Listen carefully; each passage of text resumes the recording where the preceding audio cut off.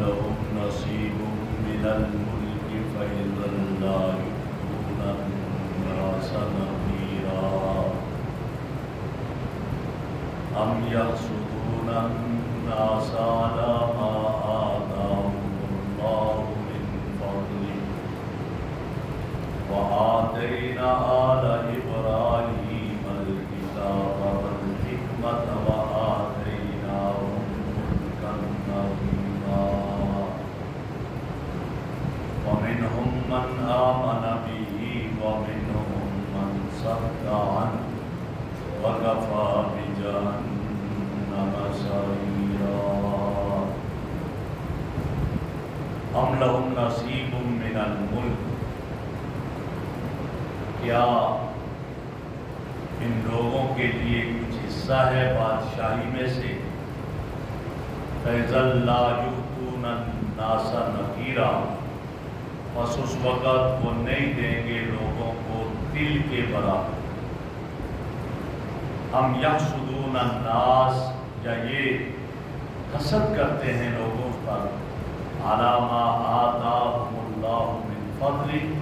اس بات پر جو اللہ نے انہیں اپنے فضل میں سے عطا کیا۔ فقد آتینا آل ابراہیم، البتہ تحقیق ہم نے ابراہیم علیہ السلام کی آل کو دی کتاب و حکمہ اور دانائی اور نبوت، وآتیناہم ملکا عظیما، اور ہم نے ان کو بہت بڑی بادشاہت دی۔ ومنہم من آمن بہ، ان میں سے بعض وہ جو ان پر ایمان لے آئے، وَمِنْهُمْ مَنْ صَدَّ عَنْهُ،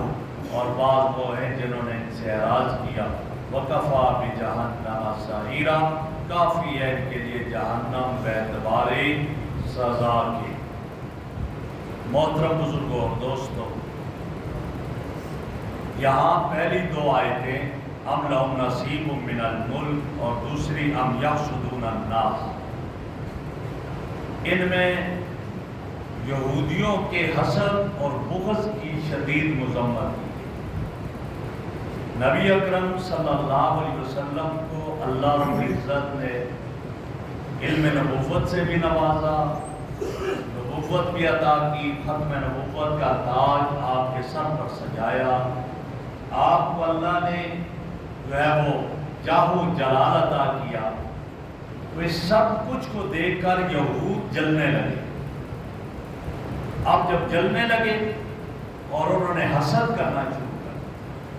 تو اللہ رب العزت نے ان دونوں آیتوں میں ان کے اس حسد اور بغض کی مذمت کی،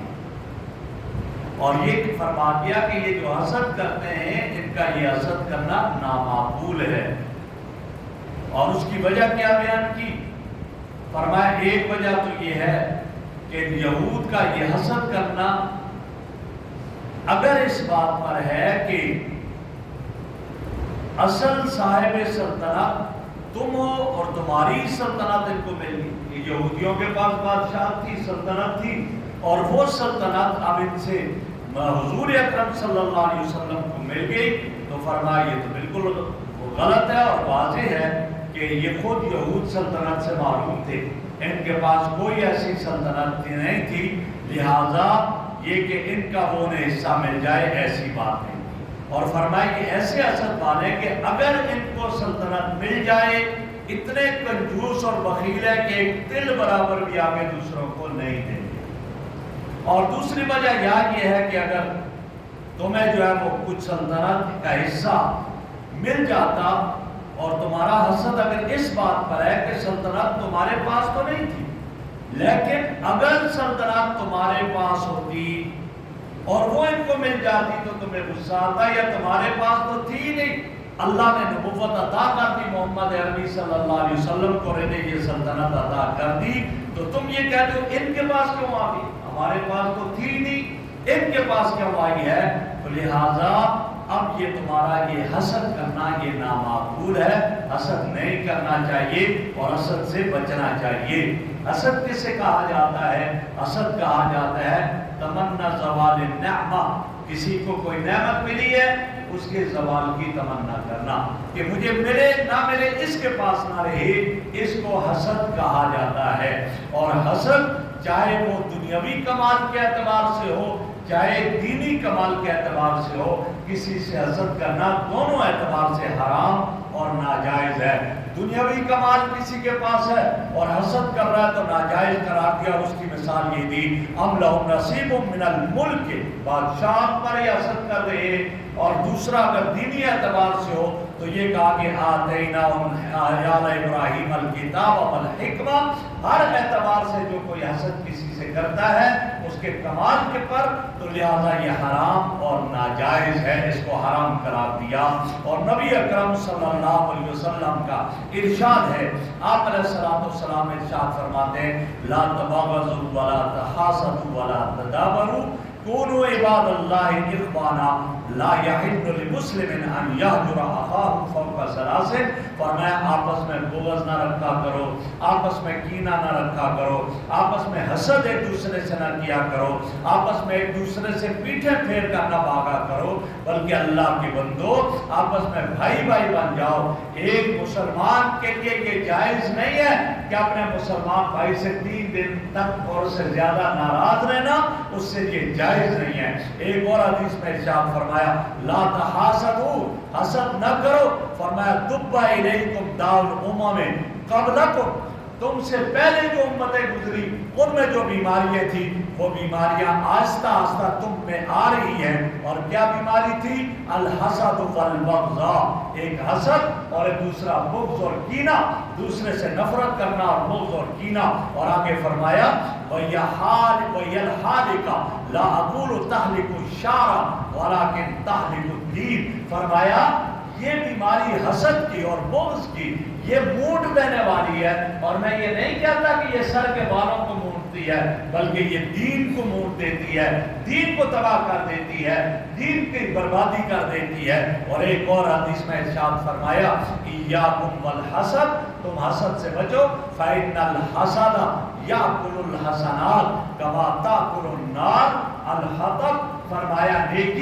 نیکیوں کو اس طرح یہ حسد کھا لیتا ہے جیسے آگ لکڑی کو کھا لیتی ہے۔ آپ دیکھیں لکڑی ہے، اس کو تھوڑی سی آگ لگ گئی وہ سلگتی رہتی ہے، کرتے کرتے ایک وقت آتا ہے وہ آگ جل کر خاک ہو جاتی ہے۔ اس طرح آدمی کو پتہ نہیں چلتا، لیکن اس کے دل میں وہ حسد کی آگ ایسے لگ رہی ہے، اس کی نیکیوں کے انبار کو وہ جلا کر رکھ دے گی اور ختم کر دے گی۔ اور حسد کرنے سے جس کا حسد کر رہا ہے جس سے اس کا نقصان نہیں ہے، نقصان آپ ہے، خود چلتا رہتا ہے۔ حسد کیا ہے؟ ایک ہے حسد اور ایک ہے رشک۔ حسد جائز نہیں ہے، رشک اور غبطہ جائز ہے۔ حسد کیا ہے؟ آدمی دیکھتا ہے کسی کے پاس 2 پلازے ہیں، یار میرے پاس آئے نہ آئے، اس کے پاس نہ، یہ کیوں ایسے رہ گیا، عزت میں کیوں رہ رہا ہے، یہ بھی بھیک مانگنے والا بن جائے، اب وہ نعمت اس سے زائل ہو جائے، اس کی تمنا میں لگا رہتا ہے، یہ حسد ہے۔ اور غبطہ اور رشک کیا ہے؟ کسی کے پاس اچھی نعمتیں دیکھی، کہتے ہیں اللہ میرے بھائی کو نصیب کرے،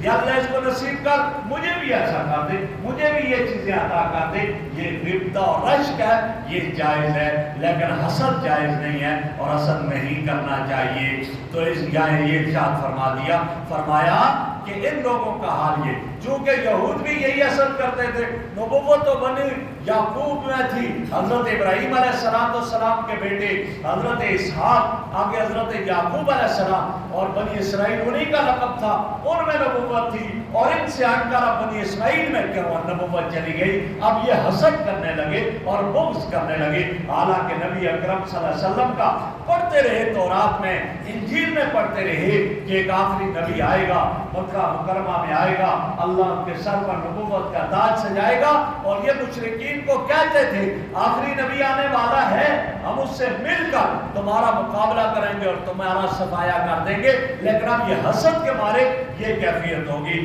تو یہاں یہ فرمایا کہ ان کا یہ حال ہے، فرمایا ام یحسدون الناس علی ما آتاهم اللہ من فضلہ، کیا یہ حسد کرتے اس پر جو اللہ نے فضل عطا کیا، فقد آتینا آل ابراہیم، ہم نے ابراہیم علیہ السلام کی آل، ان کی آل میں جیسے حضرت موسیٰ، حضرت داؤد، حضرت سلیمان، ان کو کتاب بھی دی، حکمت بھی دی، نبوت، وآتیناہم ملکا عظیما، اور ہم نے انہیں بادشاہ دی، حضرت یوسف علیہ السلام اللہ نے انہیں بادشاہ عطا کی، حضرت داؤد علیہ السلام اللہ نے بادشاہ عطا کی، حضرت سلیمان علیہ السلام اللہ نے انہیں بادشاہ عطا کی۔ جب انہیں عطا کی ہے اور یہ محمد عربی کو بھی مدینہ کی ریاست عطا کر دی، اب کیوں حسد کرتے ہو؟ محمد بھی تو انبیاء کی اولاد ہے، انہی میں سے ہے، جب انہی میں سے ہے، انہی کی نسل میں سے ہے، جب اسی خاندان میں سے ہے تو سلطنت یہ تو پہلے سے چلی آ رہی ہے، جب پہلے سے چلی آ رہی ہے تو فرمایا تم حسد نہ کرو، اور فرمایا فَمِنْهُمْ مَنْ آمَنَ، ان یہودیوں کا حال یہ ہے، بعض تو محمد پر ایمان لے آئے صلی اللہ علیہ وسلم، حضرت عبداللہ ابن سلام وغیرہ وغیرہ، یہ حضرات ایمان لے آئے، اور فرمایا وَمِنْهُمْ مَنْ صَدَّ عَنْهُ، بعض نے اعراض کر دیا، یہودیوں نے نہیں ایمان لایا۔ اللہ فرماتے وَكَفَىٰ بِجَهَنَّمَ سَعِيرًا، انہیں کہہ دو ان کے ایمان نہ لانے سے کوئی نقصان نہیں ہے، کچھ بھی نہیں، اپنا نقصان کر رہے ہیں، اور جہنم کی آگ اور جہنم کی سزا ان کے لیے بہت سخت ہے وہ عذاب۔ ان الذین کفروا بآیاتنا سوف نصلیہم نارا، اللہ فرماتے ہیں جو ہماری آیات کا انکار کریں گے ہم انہیں جہنم کی آگ میں داخل کریں گے، وہاں ڈبکیاں لگوائیں گے، اور کیسے کلما نضجت جلودہم، جب ان کی کھال جل جائے گی، بدلناہم جلودا غیرہا، اس کی جگہ ہم دوسری کھال بدل دیں گے۔ کعب ابن احبار کی روایت ہے، اور اس میں فرماتے ہیں کہ جب یہ کافر جہنم کی آگ میں جلیں گے، جب جلیں گے تو حکم ملے گا فوراً ان کی کھال کو بدل دو، فرمایا 1 گھنٹے میں 120 مرتبہ ان کی کھال تبدیل ہو جائے گی، جو ہی کھال جلے گی نئی کھال آ جائے گی اس کی جگہ پر، 1 گھنٹے میں 120 مرتبہ کھال آ جائے گی۔ جب ہوگی تو پتہ چلا ہر منٹ کے عرصے میں 2 مرتبہ ان کی کھال جو ہے وہ جلائی جائے گی، اور پھر اس کی جگہ 2 مرتبہ نئی کھال آ جائے گی ہر منٹ کے اندر، یہ ان کی کیفیت ہوگی۔ اور حضرت معاذ بن جبل رضی اللہ تعالیٰ عنہ اس کی تفسیر کرتے ہوئے یوں بھی فرماتے ہیں کہ 100 مرتبہ ان کی کھال کو بدل دیا جائے گا۔ حضرت حسن بصری رحمہ اللہ بہت بڑے تابعی ہیں، وہ ارشاد فرماتے ہیں، ان کا کہنا ہے تاکل النار کل یوم 70,000 مرۃ کلما اکلتہم قیل لہم عودوا فیعودون کما کانوا، فرمایا روزانہ ایک دن میں 70,000 مرتبہ آگ ان کو کھائے گی، اور جب 70,000 مرتبہ ایک دن میں آگ کھائے گی اور آگ ان کو کھائے گی تو کہا جائے گا پرانی حالت پر لوٹ آؤ جیسے پہلے تھے، فرمایا فَيَعُودُونَ كَمَا كَانُوا، دوبارہ اسی حالت پر لوٹ آئیں گے، وہی ناک وہی کھال وہی ہونٹ ہوں گے، اور پھر جل دیا جائے گا، پھر دوبارہ کہا جائے گا لوٹ آؤ، اور ایسے ہوں گے۔ اور ایک اور روایت میں نبی اکرم صلی اللہ علیہ وسلم نے ارشاد فرمایا ان احون اہل النار عذابا،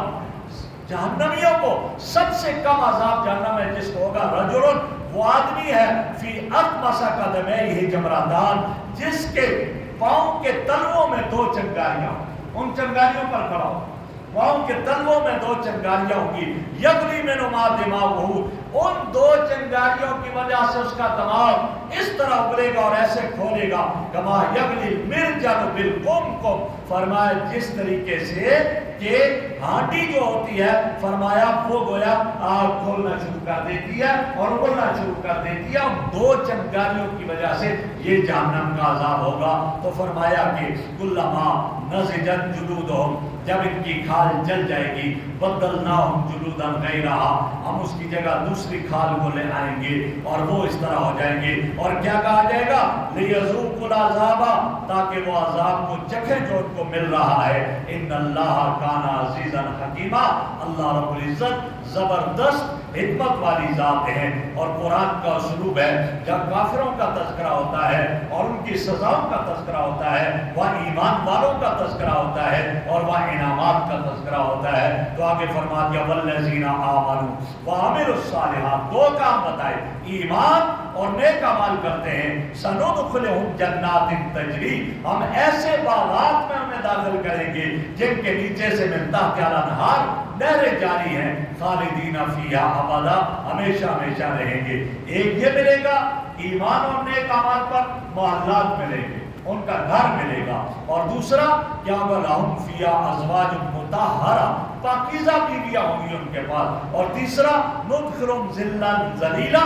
گھنے چھاؤں میں رہیں گے۔ اللہ رب العزت ایمان اور نیک اعمال پر فرماتے ہیں۔ دنیا میں ہم دیکھتے ہیں آدمی کتنا ہی مالدار ہو، جب تک ساتھ اس کی بیوی نہیں ہے وہ آدمی بے چین ہی رہے گا۔ اپنا گھر ہوگا خوش رہے گا، بیوی بچے ہوں گے خوش رہے گا، اور ہمیشہ ہمیشہ ہوں گے، پھر کرائے پر کو بھی نوٹس ملے گا کہ آپ نے جانا ہے۔ اللہ رب العزت کیا کہ بتا رہے ہیں یہ دنیا کا حال ہے، دنیا میں تمہارا سکون ان تین چیزوں میں ہے۔ اللہ فرماتے ہیں میرا وعدہ کرتا ہوں تم ایمان لاؤ اور نیک اعمال کرو، دنیا کا سکون تو عارضی ہے، میں یہ تمہیں سکون کی چیزیں ان سے اعلیٰ آخرت میں دے دوں گا، اور کیسا؟ وہاں تمہیں وہ محل دوں گا جس کے نیچے سے نہریں جانی تھی، باغیچے بھی ہوں گے۔ آج آپ جائیں، آپ سماج جائیں، آپ باقی علاقوں میں جائیں، کیا ہے کہ نیچے دریا جا رہا ہے اور اوپر ہوٹل بنائے ہوئے ہیں، آؤ جی یہ منظر دیکھو اور یہ نظارہ کرو، یہ دنیا والے یہ کر رہے ہیں۔ باہر کی دنیا میں جاؤ، سمندروں میں انہوں نے باقاعدہ یہ بنائے ہوئے ہیں، ہوٹل بنائے، جی آؤ یہ دیکھو ہم یہ کرتے ہیں۔ میرا رب کہتا ہے یا تو ایک ہی فلڈ آیا، یہ سب کے سب تباہ و برباد ختم ہو جائیں گے، تمہارا سب کچھ اس میں لٹ جائے گا، تمہارا جمع کی ہوئی پونجی ساری ختم ہو جائے گی اور مسکین لاچار بن جاؤ گے۔ میں رب پر ایمان لاؤ اور میری عبادت کرو، میں تمہیں جنت میں وہ محل دوں گا جہاں کوئی تباہی نہیں ہوگی، اور وہ ہمیشہ ہمیشہ کا محل ہوگا۔ اور پھر دنیا کی عورتیں ہیں، ان سے تمہاری شادی ہوگی، ناک سے جو ہے وہ ریت بہتی ہے، منہ سے تھوک آتا ہے، بیمار ہوتی ہے، بچہ پیدا ہوتا ہے، اور اس طرح یہ اور ناپاکی کے ساتھ لگی رہتی ہے، یہ دنیا میں ہے۔ فرمایا تم آؤ، تم ایمان لاؤ، نیک اعمال کرو، میں تمہیں آخرت کی وہ حوریں دوں گا جہاں پیشاب پخانے کا تصور نہیں ہے، وہاں بیماری اور مینسز کا تصور نہیں ہے، وہاں بدبو کا تصور نہیں ہے، وہ تو ایسی میں تمہیں عطا کر دوں گا